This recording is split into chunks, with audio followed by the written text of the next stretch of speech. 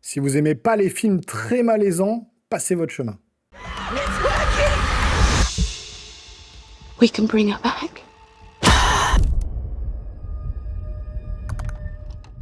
Bonjour les amis, bienvenue sur la chaîne. Je suis ravi de vous retrouver aujourd'hui pour un film qu'on n'attendait pas forcément, mais qui vous prend un peu à la gorge sans prévenir.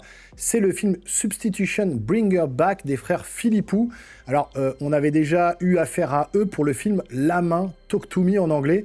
C'était un petit film d'horreur australien, hein. C'est deux youtubeurs à la base, hein, qui étaient sortis, donc le film il y a quelques temps, plutôt efficace, mais qui manquait peut-être un peu de moyens. Il y a la critique disponible sur la chaîne si vous voulez aller la voir.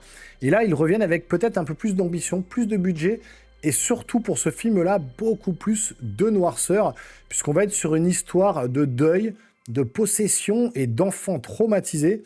Alors le pitch, il est simple, mais il est assez efficace. On va suivre en fait deux enfants, dont l'un est malvoyant, et vous verrez que ce détail a vraiment son importance dans le film, c'est pas mis là au hasard. Et ces deux enfants se retrouvent, malgré eux, dans une famille d'accueil, hein, après la perte de quelqu'un. Et pas n'importe laquelle de famille d'accueil, puisqu'ils vont aller avec une mère de famille qui est complètement perturbée, qui a visiblement subi elle aussi un drame et qui semble prête à tout finalement pour ramener quelqu'un d'entre les morts. Et donc le film va commencer avec ça. Ils vont se retrouver dans une maison un peu lugubre avec une ambiance un peu bizarre.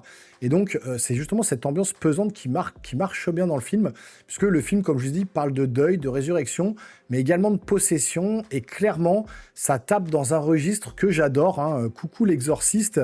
Alors par contre, on n'est pas à ce niveau, au niveau de ce chef-d'œuvre, bien évidemment. Faut pas exagérer, mais faut dire que les frères Philippou, ils arrivent vraiment à installer une ambiance qui est assez pesante, qui vous colle un peu à la peau du début à la fin du film, et ça monte crescendo, donc ça fonctionne plutôt bien. Ici, en fait, dans ce film, il n'y a pas besoin de jump scares toutes les 2 minutes, c'est le malaise en fait qui prime, la gêne qui est constante et le non-dit, et surtout ce sentiment que quelque chose ne tourne pas rond dans cette maison. C'est la première chose qu'on se dit, c'est putain, c'est bizarre, il y a un truc qui va pas. Mais qu'est-ce que c'est? Bah, on le découvre tout au long du film. Alors, au niveau du casting, on a des acteurs qui sont tous très bons, vraiment. Mais j'insiste, il y a une mention spéciale au petit garçon de la mère de famille. Alors, je vous en dis pas plus pour éviter les spoilers, mais il a un regard, une présence à l'écran qui est complètement glaçante. Vraiment, on se pose des questions sur cet enfant-là, mais il joue très très bien. Ensuite, on a les deux enfants principaux également qui s'en sortent très bien. Et on a la mère. Alors là, on sent la douleur, le désespoir, mais aussi une espèce de folie complètement rampante comme ça qui vous met super mal à l'aise du début à la fin. Il y a quelques scènes avec elle qui marchent bien et ça fonctionne plutôt pas mal. Côté réalisation, c'est plutôt sobre, mais c'est efficace. Il n'y a pas de plans qui sont genre waouh ou hyper stylisés. On n'est pas là devant le cinéma, le film à admirer ces plans-là, mais tout est bien tenu, il y a rien qui déborde. Et surtout, la tension, elle est constante. Alors, il y a quelques plans qui sont plutôt bien trouvés, des cadrages qui mettent un peu mal à l'aise, certains plans surtout, et surtout un travail du hors-champ qui est vraiment assez intelligent. Et je peux vous dire qu'il y a 2-3 scènes où j'ai vraiment détourné les yeux de l'écran, alors que je suis un vieux de la vieille en film d'horreur. Vous le savez, si vous suivez la chaîne, j'en ai regardé des centaines. Pourtant, bah, il y a des trucs vraiment que j'ai vu plus trash que ça.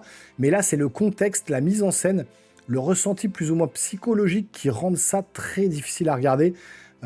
Vraiment, il y a peu de scènes choc, mais quand elles arrivent, elles sont marquantes. Alors, comme je vous ai dit, hein, il n'y a pas vraiment de gore dans ce film-là. C'est pas très explicite, mais quand elles arrivent, elles sont ultra marquantes, hein. On ressent la douleur, on ressent la peur et parfois même le malaise physique. Il y a parfois des vibes un petit peu la mouche de Cronenberg, hein. Vous verrez bien un peu côté body horror ce que ça donne, mais vous comprendrez tout de suite en voyant ces scènes. Donc c'est pas un film pour les amateurs de jumpscare à la Conjuring, c'est finalement beaucoup plus subtil, c'est beaucoup plus psychologique et malsain, et c'est vraiment ce mot qui revient, et ça fait vraiment le taf. Vraiment, j'insiste là-dessus. Côté musique, c'est pas très marquant, voilà, il n'y a pas de trucs qui m'ont marqué plus que ça. Il n'y a pas de thème fort ou de moments musicaux qui sont mémorables. En même temps, je pense pas que le budget du film le permettait également, mais ça fait le job, ça accompagne l'ambiance assez pesante, ça accentue certains silences et surtout ça prend jamais le dessus. On est plus sur de la narration visuelle, pardon, que voilà, en vouloir en mettre plein les yeux. La durée du film, elle est plutôt bien, justement. Ça, c'est cool. 1h40, c'est parfait pour moi. Parce que du coup, il n'y a pas de longueur, il n'y a pas de gras. On entre dans le vif du sujet. on reste finalement accroché du début à la fin, et ça se termine sans traîner. Bon, même si on va pas se mentir, la fin, bah pour le coup, c'est peut-être le petit défaut du film. La fin est un peu plate. Je m'attendais à un climax un peu plus fort, ça arrive un peu trop vite. Et c'est pas très marquant finalement sur la fin du film. Mais bon, vu le reste du film, bah, je pardonne un peu facilement parce que le reste m'a embarqué, la fin un petit peu moins. Donc en résumé, ce qui a fonctionné avec moi, c'est une ambiance qui est quand même pesante et dérangeante. Il y a des acteurs qui sont très justes, notamment les enfants, et particulièrement un enfant. Il y a une réalisation qui est maîtrisée, sans esbrouf. Il y a des thèmes qui sont plutôt sombres, qui sont bien abordés. Et il y a quelques scènes vraiment dures à regarder. Je vous jure que, à l'instar de The Ugly Stepsister, c'était un petit peu dur. Ce qui cloche, par contre, c'est une fin, comme je vous ai dit, qui est un petit peu décevante. Il y a une musique un petit peu trop discrète et un scénario qui est quand même assez classique. C'est du déjà vu, mais c'est bien exécuté. Donc, au final, Bring Her Back, c'est pour moi un bon film d'ambiance horrifique. C'est surtout le mot malaisant, vraiment, que j'ai ressenti. C'est intelligent. Et il y a des vrais moments de tension psychologique tout au long du film. Ça marche très très bien. Donc il réinvente pas le genre, vraiment, mais il le respecte finalement et il le maîtrise.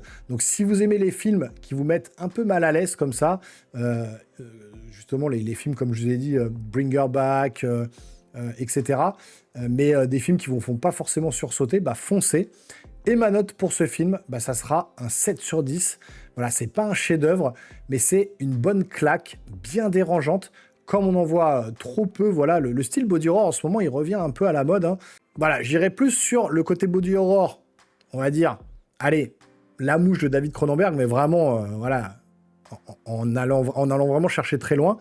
Et après, dans le style un peu Conjuring, L'Exorciste, un petit peu, voilà, je vous dis, une ambiance vraiment malaisante. Vraiment, je vous dis, c'est vraiment ce mot-là, cette chose-là que j'ai ressenti, c'est un peu un malaise.